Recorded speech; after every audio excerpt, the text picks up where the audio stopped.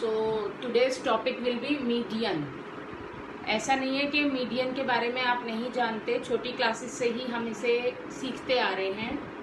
Median का meaning होता है the middle most value of the data.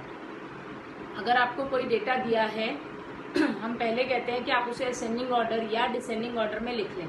For example, अगर आपके पास अनग्रुप डेटा है कोई, मैं सीधा ही ऐसा ले रही हूँ जो अनग्रुप्ड है और अरेंज करके दिया है मैंने असेंडिंग ऑर्डर में 2, 4, 6, 7, 8, 11 and 15। You can write in your notebook as well. आपके पास ये डेटा दिया है जिसमें 1, 2, 3, 4, 5, 6, 7 ऑब्जर्वेशंस है विच is N odd number. 7 is an odd number. तो मेरे पास अगर ये ऑड नंबर ऑब्जर्वेशंस है और मुझे मीडियन इसमें फाइंड आउट करना है, तो very simple method, what you do, median क्या होता है हमारा,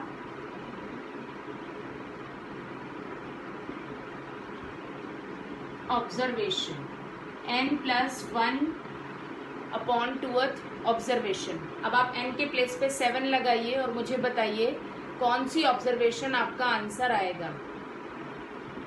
7+1 by 2th observation, which means 8/2, which means 4th observation. Yes, very good. 1, 2, 3, 4. तो मेरा आंसर आ गया मीडियन का 7। मीडियन का आंसर आ गया yes 7। 4th observation which is 7। तो ये हमने क्लास 8 से बच्चों को हम कराते जा रहे हैं। क्लास 8 से बच्चे कर रहे थे ये।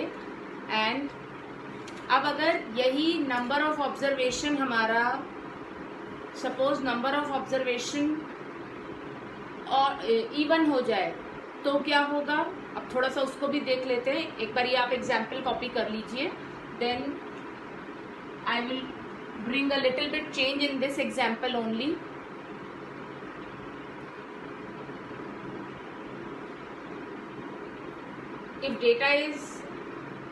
If number of observation in the data is odd, then very easily we can find out median by using this small formula. If the number of observation in the data is even, suppose इसमें एक observation में और add कर देती हूँ, ये लीजिए हो गई 8 ऑब्जर्वेशन, 1, 2, 4, 6, 7, 8, 11 एंड 15। अब क्वेश्चन कैसे चेंज हो जाएगा, please change in the question. n is equal to 8 हो गया अब, which is an even number. 1, 2, 3, 4, 5, 6, 7, 8। आप नेक्स्ट लाइन में अगले एग्जाम्पल के इससे करिए। अभी जो एग्जाम्पल मैंने पहले लिया था वो उसमें मेरी नंबर ऑफ ऑब्जर्वेशन 7 थी। अब जो मैंने एग्जाम्पल लिया है उसमें मेरी नंबर ऑफ ऑब्जर्वेशन 8 हो गई है, विच इज एन इवन नंबर। यहाँ लिख देती हूँ मैं, 8 हो गई है इवन नंबर। अब इस केस में आप जो मैंने अभी ऑड के लिए डिस्कस किया था वो स्टेप नहीं लगा सकते हैं, बिकॉज इवन नंबर में आपको ये नहीं पता चलेगा which will be the middle most value. So what you can do, median हम लेंगे एवरेज। किस चीज की एवरेज लेनी है, एवरेज बोलूं या मीन बोलूं एक ही बात है। Average of n/2th and n/2 + 1th observation. See, notice this thing, it is not n+1/2, it is n/2 + 1, अलग से +1। चलिए, average of n is 8, 8/2 means 4th। समझ में आया सबको? 8/2 means 4th and 8/2 means 4 + 1 5th। तो 4th और 5th ऑब्जर्वेशन की एवरेज लेनी है। 1, 2, 3, 4, 5, ये है मेरी 4th और 5th ऑब्जर्वेशन। मुझे इनकी एवरेज लेनी है, यानी 6 + 7 की एवरेज हो गई 13/2 which is 6.5, 6.5। So answer of the median will be 6.5। ये आपको मैंने रिव्यू कराया है कि हम 9th क्लास तक क्या पढ़ के आए हैं। अब 9th से 10th में क्या चेंज आता है अब वो डिस्कस करेंगे। क्योंकि 10th में ये जो चैप्टर स्टैटिस्टिक्स है ये सारा का सारा ही ग्रुप्ड डेटा पे है। ग्रुप्ड डेटा मीन्स आपको जो डेटा दिया है वो क्लास इंटरवल्स में दिया होता है, फ्रीक्वेंसी दी होती है, उसके बाद आप कैलकुलेशन स्टार्ट करते हो किसी भी चीज की। आप ऑलरेडी 2 चीजें सीख चुके हो, मीन निकालना सीख चुके हो, मॉड निकालना सीख चुके हो।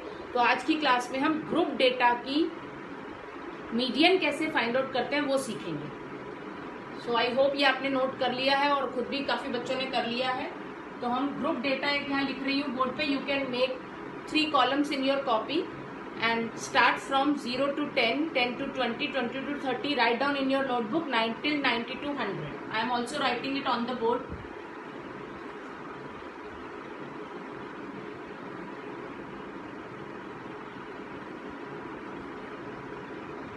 Take data 0 to 10, 10 to 20, 20 to 30, 30 to 40. These are class interval CI, frequency 40 to 50, 50 to 60, 60 to 70, 70 to 80, 80 to 90 and 90 to 100. Please write till there 90 to 100. And frequency is 5, 3, 4, 3, 3, 4, 7, 9, 7, 8. Add them and tell me what is your answer. Last number है 8. I'm repeating 5, 3, 4, 3, 3, 4, 7, 9, 7, 8. Add them.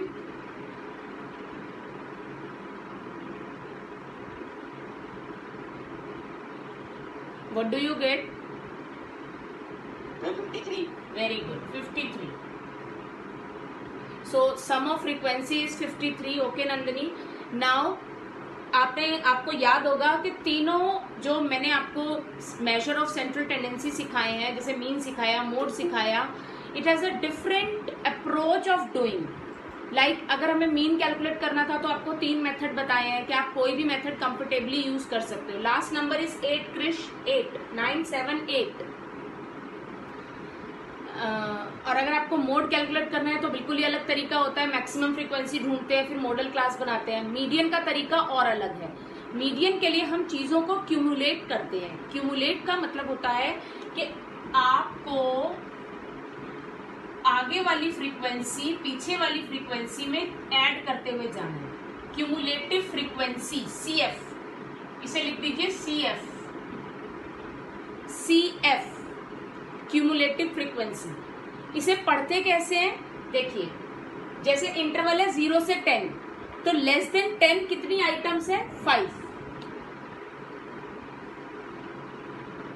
Less than आपके पास अब less than 20 अगर मैं बात करूं तो कितनी item हो जाएंगी 5 + 3 8।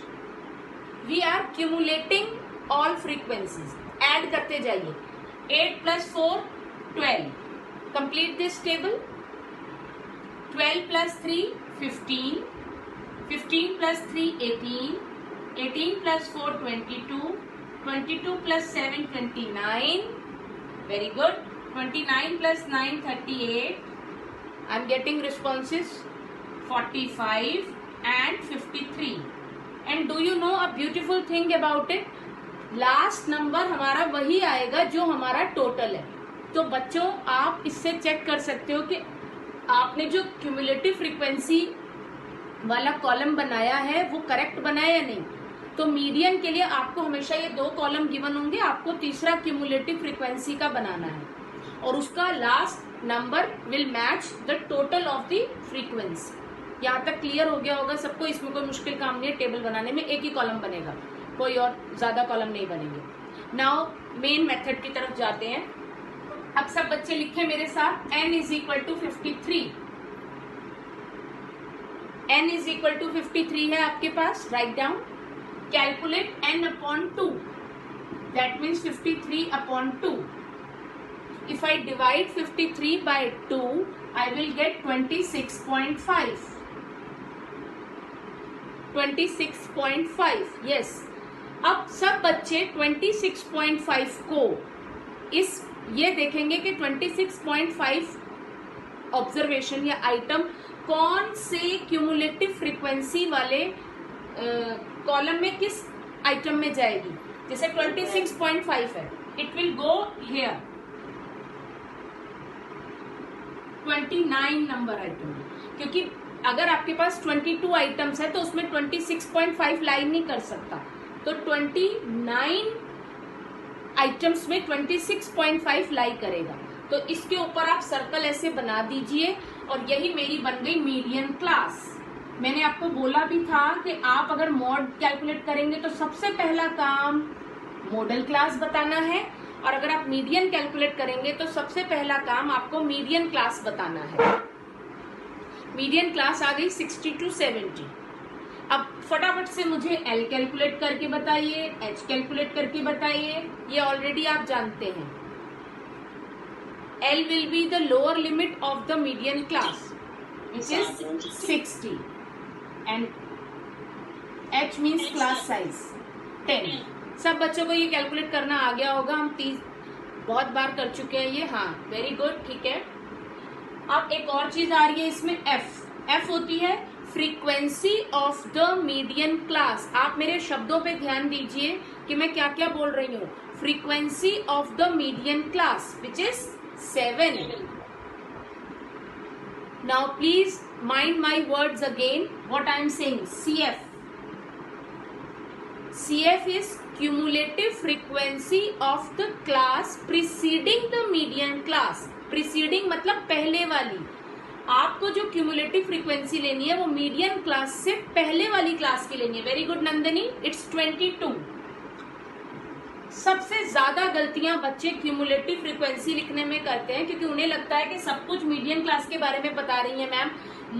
लोअर लिमिट बताई, H बताया, F बताया, तो CF भी यही वाली लेंगे. बट नहीं, CF हम प्रीसीडिंग द मीडियन क्लास लेते हैं which is 22. Okay, cumulative frequency of the class preceding the median class is 22. अब आपके पास मैंने सारी जितनी मुझे रिक्वायरमेंट है फॉर्मूले के लिए वो सब चीजें यहाँ लिखवा दी हैं. आप फटाफट से स्क्रीन पे जितना दिख रहा है वो नोटबुक में नोट कर लें. Those who have just joined the class, please note it fast so that I can tell you the formula and you can put the value in that formula.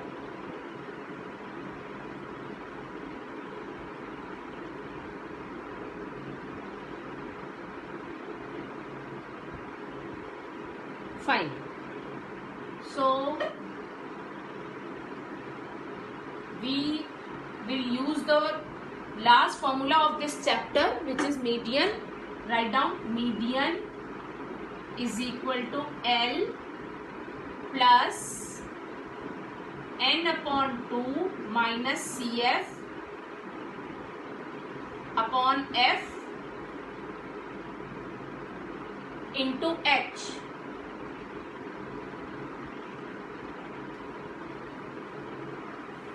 Formula is on the board. You can start putting the value without waiting for me. L plus N upon 2 minus CF upon F into H. L is 60 plus N upon 2 आप सबने calculate किया है वहां 26.5 minus CF आपने calculate किया है 22, F calculate किया है 7, H कैलकुलेट किया है 10. 60 प्लस 26.5 में से 22 लेस करेंगे, we will get 4.5 upon 7 into 10. Now you can solve it. 60 plus 45 upon 70 into 10. Solve it.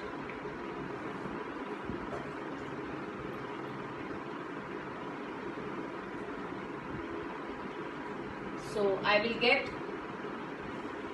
60 plus 45 by 7. 60 plus 45 को if I divide by 7 I'll get 6.4. So answer is 66.4. So median of the data is 66.4. Yes. So this was the method of calculating median of group data.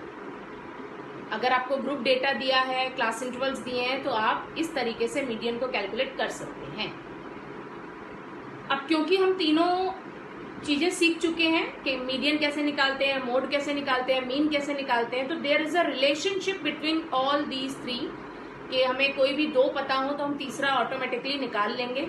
हम उसके बारे में थोड़ा सा discussion करते हैं.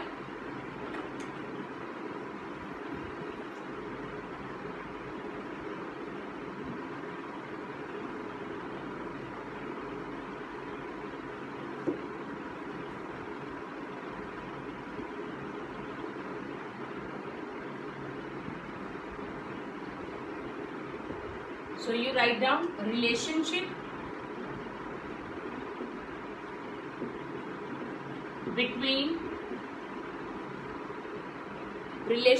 between three measures of central tendency. Relationship between three measures of central tendency. Three measures कौन से हैं? Mean, median and mode. तो उनके बीच में क्या रिलेशनशिप है? You can use this relationship. Three median means जो भी मीडियन का आंसर है, if you multiply that answer by 3 and subtract twice of mean, mean का double if you subtract from that relationship, you will get answer of mode.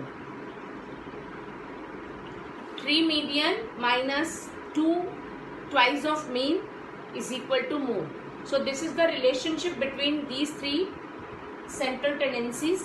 ये 1 mark question आ जाता है. कभी कभी आपको ये भी दिया हो सकता है कि मीडियन की वैल्यू बता दी, मीन की वैल्यू बता दी, आप मोड इस फॉर्मूले से डायरेक्ट कैलकुलेट कर सकते हैं rather than doing by the normal method. और मीन और मोड पता है तो मीडियन भी इससे आप कैलकुलेट कर सकते हैं. And if you know mode and median then mean भी आप इससे कैलकुलेट कर सकते हैं. मतलब अगर आपको तीन में से कोई दो चीजें मालूम है, you can use this method, you can use this relationship. Is it clear to everyone? Yes, ma'am.